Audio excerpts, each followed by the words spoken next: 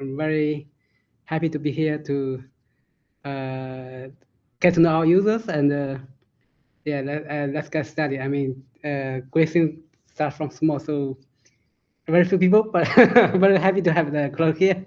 So yeah, maybe just one chat. Glenn, would you mind introduce yourself a little bit? Sure. So I'm a software developer. I've been doing software development since professionally since like 1989. So Okay. I Yeah. was 17 years at Intel Corporation, and Okay, cool. then after that, I worked for a few startups, and then I was 8 years at Google, and then I worked a few years at Disney, and now I'm working for a startup that's doing like medical software. So Cool. that's me. Actually, I was born in 1988. Very good. Cool, cool. And let me introduce me a little bit. So I did my PhD study in the University of Pennsylvania under the Professor Steve. Then Bloomberg New York invited me to join them to hacking on the OCaml compiler. So I dropped out from my PhD school. And when I work in Bloomberg, so because we are use a lot of OCaml, and I back to the 2014, the Bloomberg also had a lot of the JavaScript code base for the Bloomberg terminal for the UI rendering. So we have like a ton of usage for JavaScript and also some usage of OCaml. So in my hobby time, I write the compiler was called the Buckle script. Then it quickly become the most popular open source project in Bloomberg. So I was lucky to work it full time for the 3 or 4 years. Then Facebook reached out to me. They told me they used the Buckle script in the Facebook chat and the Facebook Messenger. So I was lucky to continue the work on the bug script in Facebook for like five years. And it was renamed, actually, it's a bit of chaos. It was renamed it was put in the umbrella called the ReadML project. And then I think like 3 or 4 years ago, it was renamed to ReadScript. So I have been working in the ReadScript for like for 6 or 7 years. Then, but the ReadScript, a bit different. The ReadScript was inherited from OCaml. Do you know the OCaml? So I played with it a little bit, but never did anything. Yeah. So the ReadScript, the type system was very close to OCaml. Of course, we did change the compiler a lot to make sure it generates a readable JavaScript code. But inherently in Spring, it's still OCaml type system. And I like why I still make a MoonBit instead of the continue developing the ReadScript, because I found there are some problems to make it scale, because there are some good parts of the OCaml, of course, like the very nice algebra data type, the meta pattern match, and very good use of the type inference. But the problem with the OCaml is several of them. I think the one is it does too much type inference, so it makes it very hard to scale. So for example, in OCaml, every top level function, you don't need to write any type annotation. The compiler will infer all the types for you. But that sounds very good, but it doesn't scale, because whenever you make a mistake in some place, you will complain in a very, very remote place. So the error message is not very good. The other is it's very hard to parallelize the type checking. This is also it's connected with one of my previous projects called Facebook Flow. I'm not sure if you have it. So there's a TypeScript compiler. Internally in Facebook, we also have developed a new type check called the Facebook Flow type, which give you so we care about the scalability. So you have like millions of files. It's not instead of millions of line code, it's millions of files. So if if you do the type inference too aggressive, then whenever you change one type, will have a very large impact over the files in a very remote place. So I think it's very not scale. The other issue I found with the OCaml is the performance is okay, but it's not very good.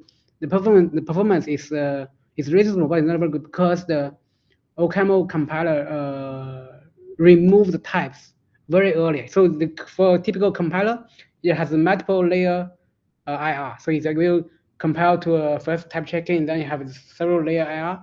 But the problem with OCaml is remove the types information in a very early stage. So after type checking, essentially discuss the type information. So you cannot really use the type information for the optimization. For example, like the for example, you cannot optimize. So in MoonBit, it's quite different. I'll give you one example. For example, the optional. OCaml also has an optional, right? But it's parametric. The parametric means the optional char has shared the same representation with the optional string or optional int. The problem with that is you cannot make the optimal layout.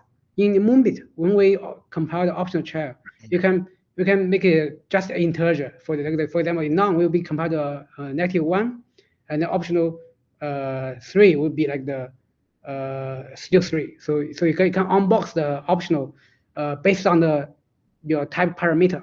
It's impossible to do this in OCaml. And then for the modern architecture, the memory layout is the crucial point in my opinion for the performance. So like you have the optimal layout for the array. You don't need.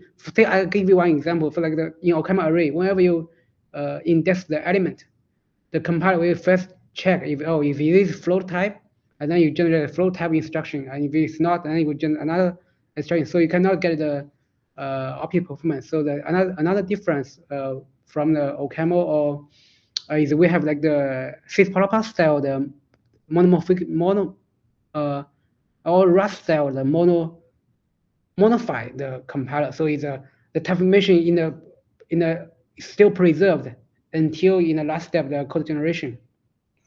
So we get so that's my point. So if you have very sufficiently optimizing compiler, it basically can get reach the same performance of Rust because we don't discuss information with the type information. This is also the OCaml has the same with the Java. So take Java for example. Java also remove the type information in a very early stage. So wow. So yeah, so Java I think most language remove the type information in a very early stage. Wow. So yeah, so the two languages I know is like Rust and C++. So they keep the type information until the type parameter was released. So I think MoonBit has a great potential to deliver very good performance compared to Java, Kotlin, or whatever. Yeah, so that's another thing okay, cool. We have another people actually from our team. Yeah, so Flash, could you say hi? Anyway, let's get so yeah. So the first thing I found we need to keep the type information in for the optimal performance. So that's different from the rescript we have made. Another big difference is the trait. I'm not sure. Colin, do you know do you play with the Rust? I played with it, yes. Okay, yeah. So actually one thing missing that I missed most from Rust when I was coding in rescript. Rescript OCaml doesn't have the trace. So all the polymorphism is called parametric polymorphism. So you cannot cannot do the duck typing style ad hoc polymorphism. Oh, cool. Right. We have another guest. Hi, the AI king. AI king is gone. Anyway, yeah. So So one big difference from feature level, the two issues I mentioned, like the monomorphism and the type inference and the other issue is the missing feature called a trait. I think with modern language needs a trait. So yeah, so that's the main why I was motivated to make a new language. And then this is from language perspective. The other thing I found from tooling perspective is when I was working in the RISC tool chain, I was lucky to work on the compiler, the standard library, and the IDE, and the build system, the whole tool chain. The initial version was written by me, so I was lucky to have. Yeah. So I was lucky to have the integrated vision of how this piece of should work together. So if you define language from the beginning, you have luxury to make sure the language is easy for the IDE. So you can see when the project was initiated from the 1.5 year ago, was only me in my team. Wow. And then of course, and then I started hiring. Then we have, but after only like the 8 months, then we get a very alpha version of the language and the IDE in a alpha. I think it's August last year. The reason why we can ship the tools so fast is because we think about all the things together. Yeah, the language should be designed for the easy tooling, for the IDE, and for the build system. Yeah, so actually we are going to open source our build system soon. Cool. Yeah. But I have got to say that the tooling for MoonBit is fantastic. Oh, thank you. It makes learning the language so much easier, because just having in VS Code, suggestions, or being able to look at the function signatures without having to dig through the source code is such a huge time saver. It's really, really nice. Yeah. Great job. Thank you. Yeah, it was still early days. I mean, I'm saying the idea, of course, is still in the early days, but it's in my opinion, it's fairly good compared to the other language in this. I mean, in such a short time. This is because yeah. So because I'm also looking at another language right now called Virgil, and the tooling for that it just doesn't exist. And so it's really hard to learn Virgil because you've got to dig through the source code to find out how things are done, instead of MoonBit where the editor just tells you. And it's really great. Yeah. Actually, I know the language actually was made by the professor from the CMU, right? Yes. Yeah. I tried, but I failed to compile. Anyway, but my point is like given the stage, I mean, it's much ahead of others from the just for 1 year, 1.5 year language development. So that amazing. Yeah. So this is a tooling from the ID point of view. The other big opportunity is the AI stuff, because 1.5 year ago when we started, it's like the 2023 October, and then 1 month later the ChatGPT was announced.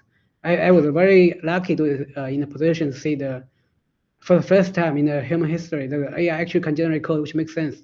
Before the ChatGPT, there are some, of course, there's still the problem synthesis, but the code generating is just demo.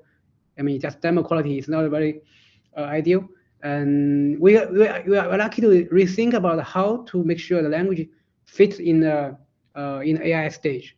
So we try to make one thing we believe is if the language itself is very easy for the problem static analysis, then it will also be easy for the AI to understand it, right? So we try to make our structure very flat. So all the function is top level. You can move around the function anywhere, and we also try to make we are very good. We pay attention to the test. So we think the test will play a essential role in the AI, because the AI will generate a lot of code. We want to make sure the general code is easy to verify. The integrated testing is wonderful. Okay, it's cool. We also really like it. We also have hiring an intern this summer to work on the property-based testing. Do you know the quick check? The quick check style. Yeah. So people only write the property, then we have some random generation to generate test to ensure the generic code is correct. That's pretty much the reason why I started this project. That's great. Cool. I'm really enjoying it. Oh, thank you. Yeah. Do you have any question? Maybe I can find the time to answer you. So I don't think I have any questions at this point. I put together a MoonBit PDK for Extism, and it's working. And so I'm having fun playing with that and learning the language. So yeah, no, I wanted to dial in because I haven't had this much fun programming since like I switched to Go many years ago. So this is just a lot of fun for me. So I wanted to join the meetup and see what you guys were talking about. Cool. Actually, the MoonBit was inspired from the Rust, OCaml, and the Go language. If you the package system is essentially the same as the Go. We like from the language design point of view, we like the Rust, we like the OCaml, but from the engineering point of view, we like the structure of the Golang because it's very simple. So you don't need to simple. Yes, and that makes it so much easier to learn when it's simple. I really like it. Okay, cool. And actually, MoonBit is, in my opinion, it has a very, now we have like the 10 full-time software engineer, so it's no longer one-man show. Had 1.5 years ago, it's like only me, but now at this stage, we have like the 10 full-time employee for the software engineer roles. We have very ambitious goals. We compare to the WebAssembly with JavaScript with GC backend. We also support the WebAssembly without GC backend. So it's 2 backends. We also support the JavaScript backend, and then we also have we plan to also have another backend. It's called the native backend. So we're planning to support the 3 backends: the native backend, JavaScript backend, and wasn't without GC backend. So actually it's coming soon. So we plan to ship the native backend maybe in October or November. Great. So I hope you like it. Oh, I do. I'm having fun. This is great fun for me. Cool. Yeah. And for the last week, we ship I think, in my opinion, a pretty exciting feature called error handling. I'm not sure if you read our weekly updates. I read the post. I haven't played with it yet. Okay, so it's also, of course, we learned from the previous work.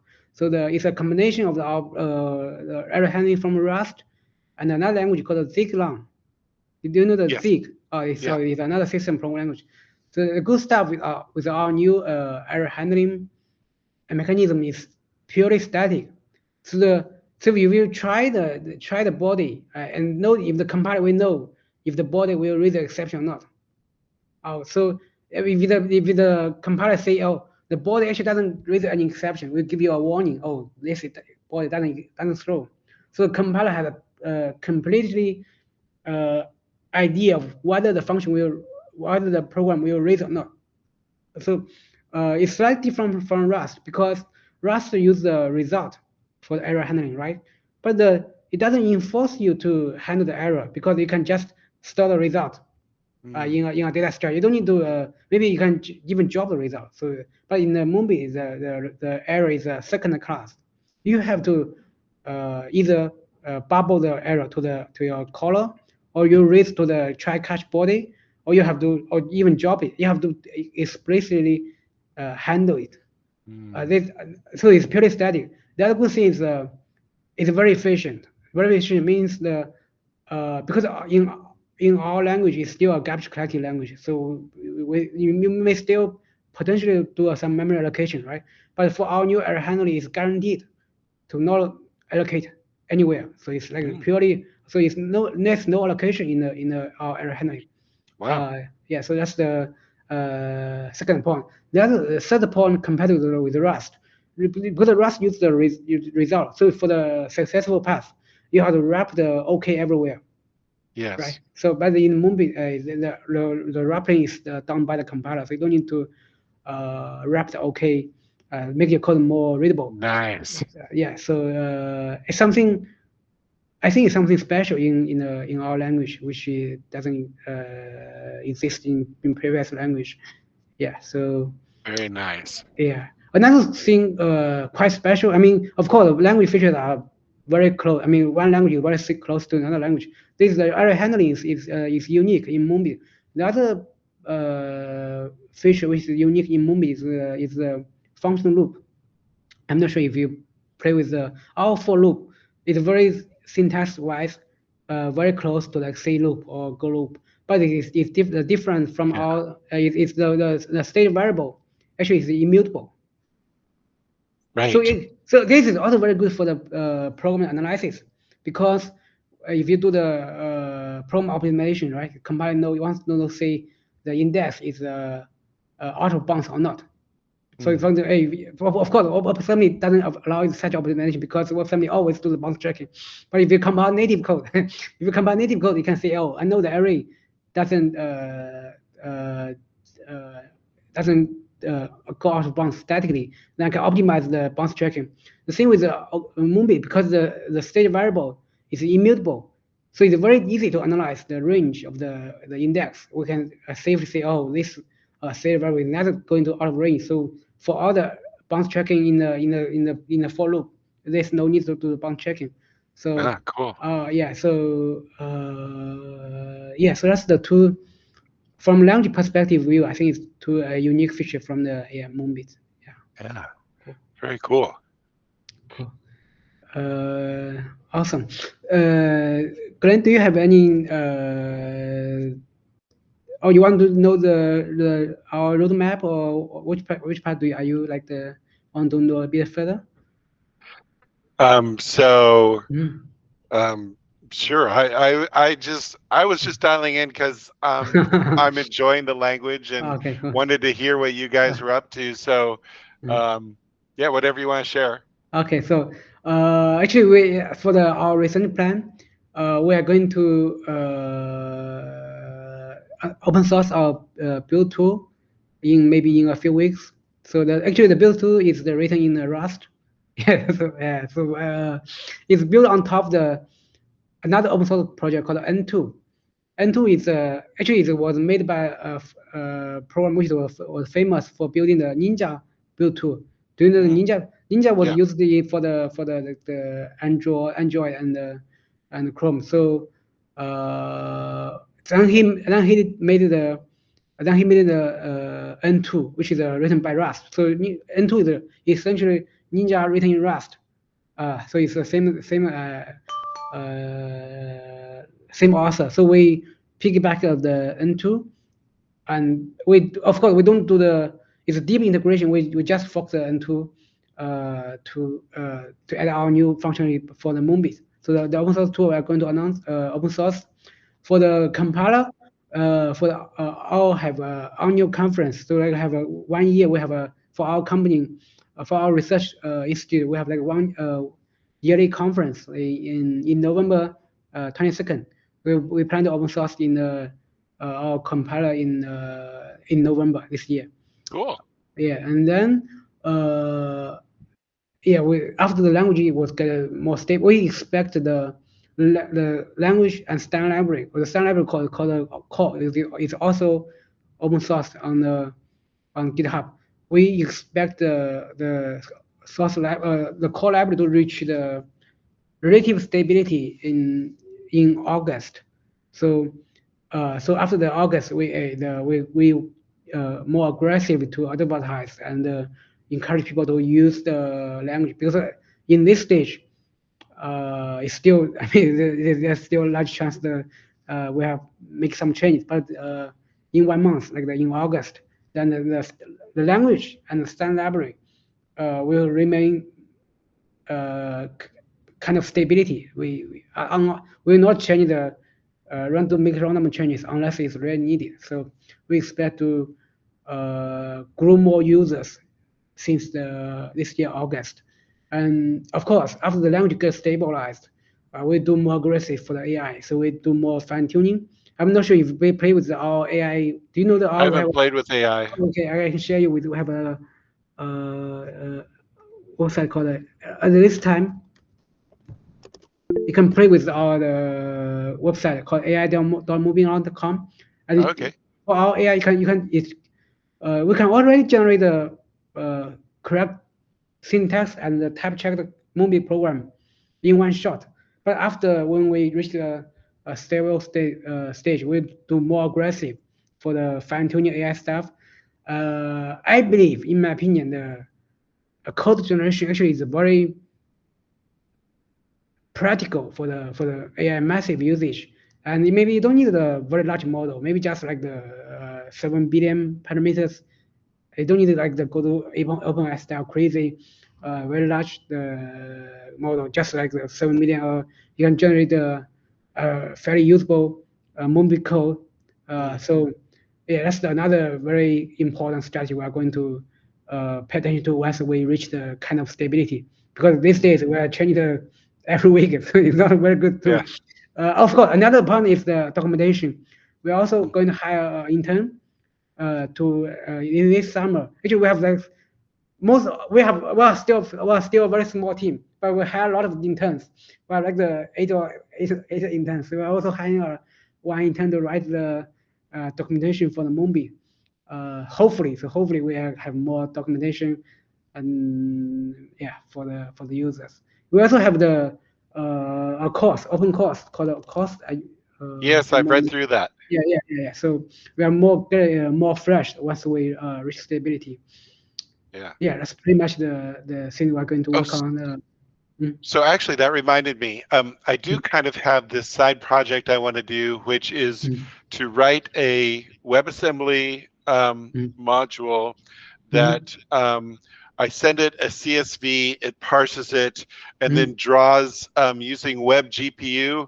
It draws an animated chart, and you can click into it, and it'll animate and stuff. So that's kind of my side project that I want to use. So I've been hoping that I can do it in MoonBit, and so I got all the CSV parsing and stuff done, and then I started calling it from a JavaScript.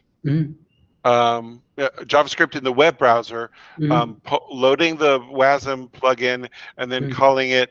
And I ran into some crashes, and I think I just set it aside. I don't even remember what the last crash was, but I set it aside for a little while. So, so I guess I could ask you, what are your plans for like debugging tools? Yeah.